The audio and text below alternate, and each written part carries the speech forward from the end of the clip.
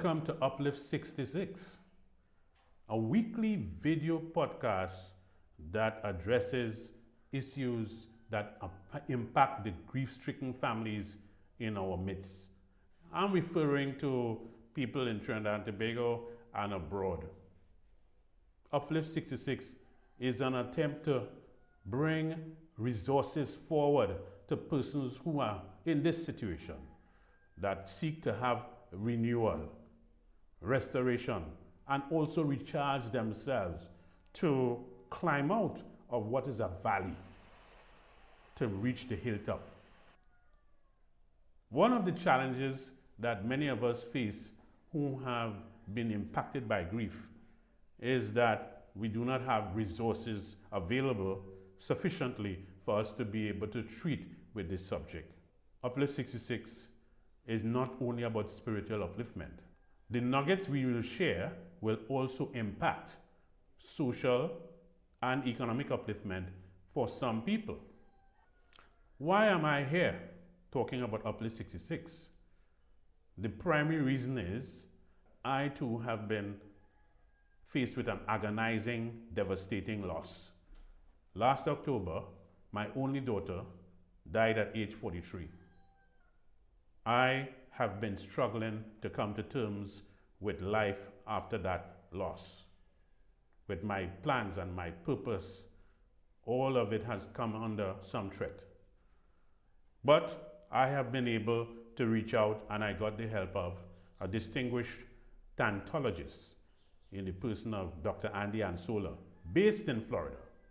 He's a grief and trauma specialist, and he has been at my side helping me to navigate this loss. We want to do the same for everyone. But what anchors this program? The Bible refers to John 10:10, where it says, I have come that you will have life and have it more abundantly. So that is the anchor for the show. I will be back to talk with you on the spiritual nugget for today in a moment. Thank you. Right, so we are back, and I'm referring to the spiritual nuggets that I have noted in the book of Ecclesiastes. A very popular book because there's a passage, chapter 3, verse 1 to 4. Well, before I get to Ecclesiastes 3, 1, 4, I want to look at other things in this book, noting that the overall comment is that Ecclesiastes is one of the scripture's most honest companions, one of scripture's most honest companions of grief. It doesn't rush comfort, doesn't tidy pain, and doesn't pretend loss is easily resolved.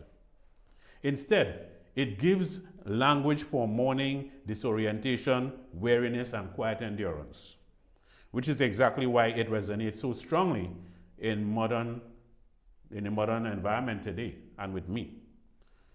So Ecclesiastes chapter 1, verses 2 to 3, more or less refer to vanity of vanities, all is vanity. And I think that is the shock of loss. The verses capture the hollow feeling after loss. What's the point now of continuing to live? My child has passed on.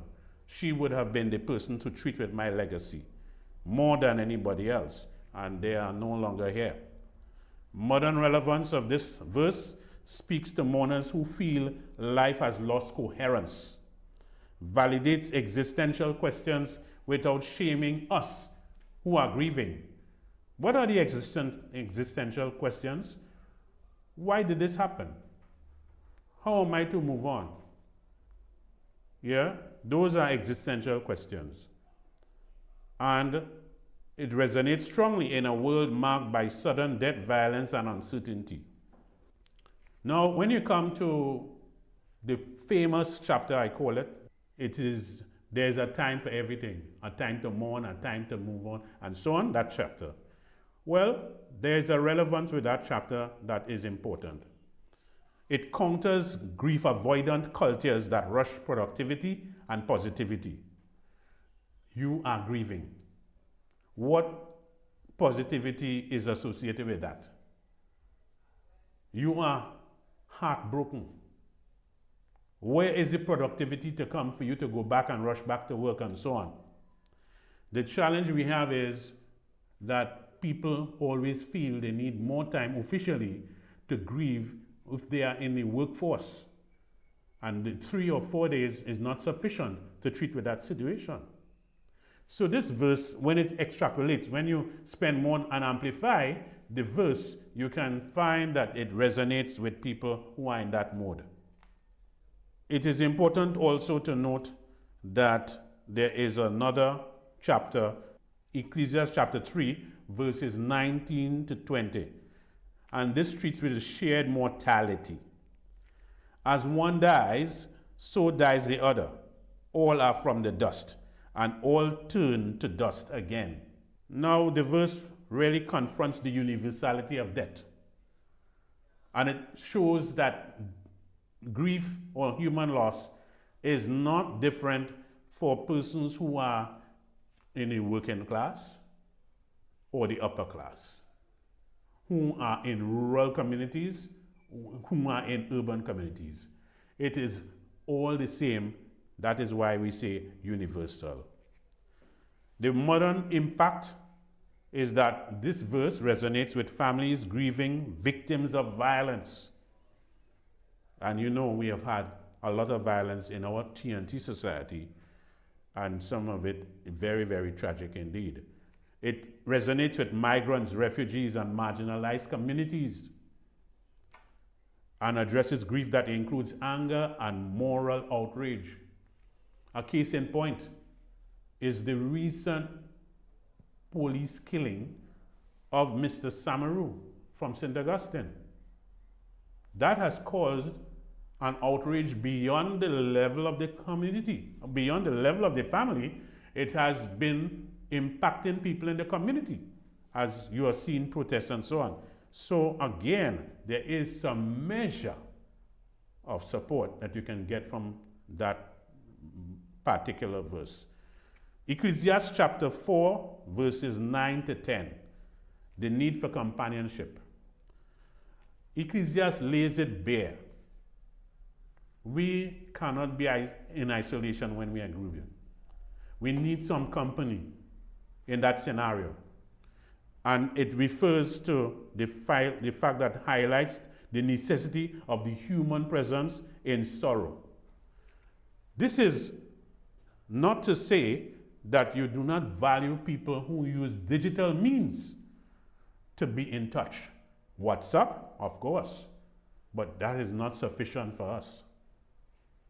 So it emphasizes that we need to have companionship, physical presence when we are in grief. I want to close off this segment now and be able to treat with a very important introduction of a resource person, a very distinguished person who has been dealing with grief and trauma from the NGO standpoint when we return.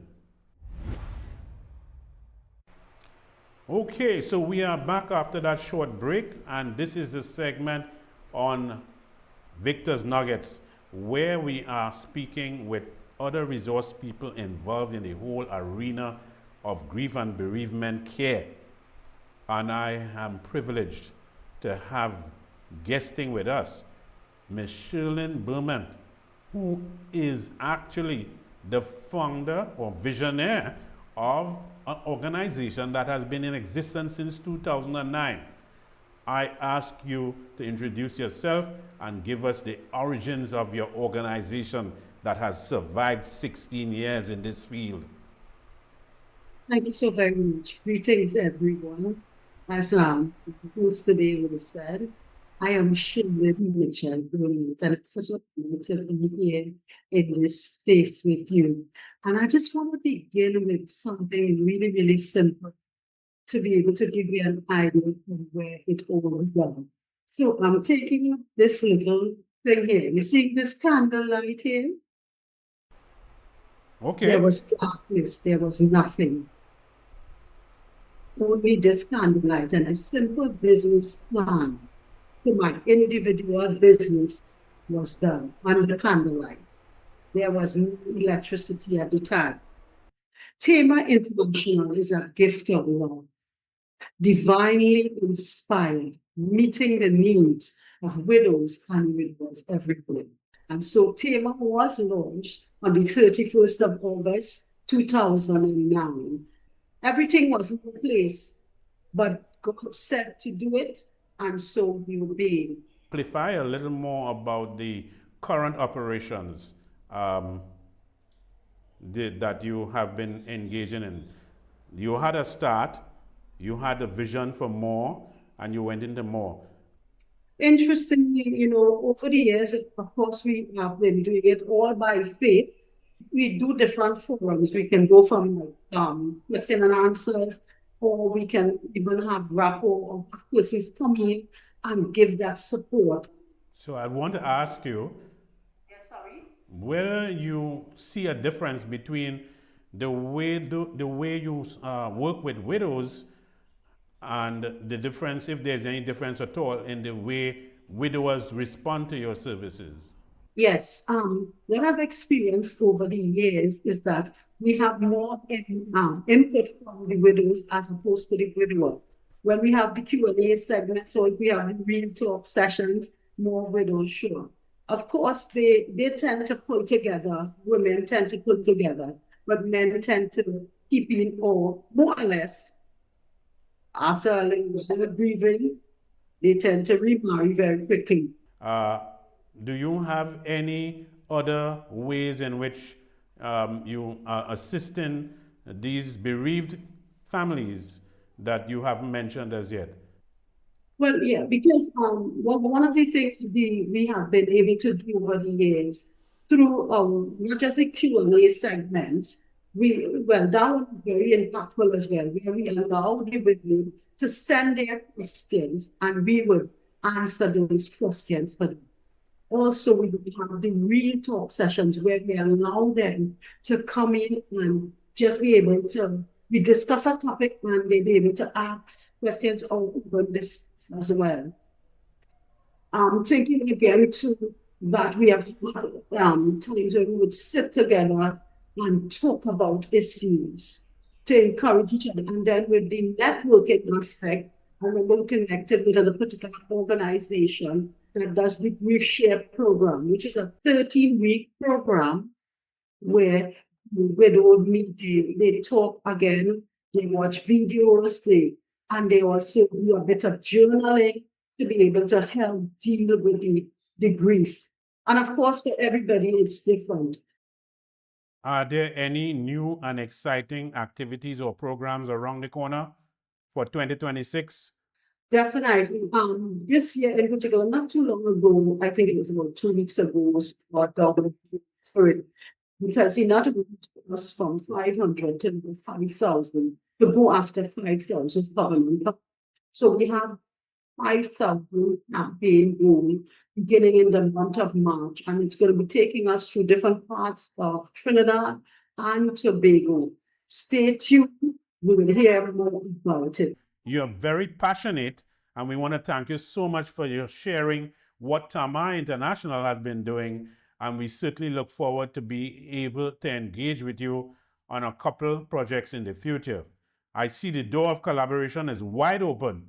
Thank you so much again, and we will be in touch. Yes, thank you so much as well. It's a great privilege and an honor to be here and sharing about what God has given. And God bless you in your Uplift 66. Thank you very much. And we've been sharing with Ms. Shirlene Mitchell Berment, who is the visionary of Tama International.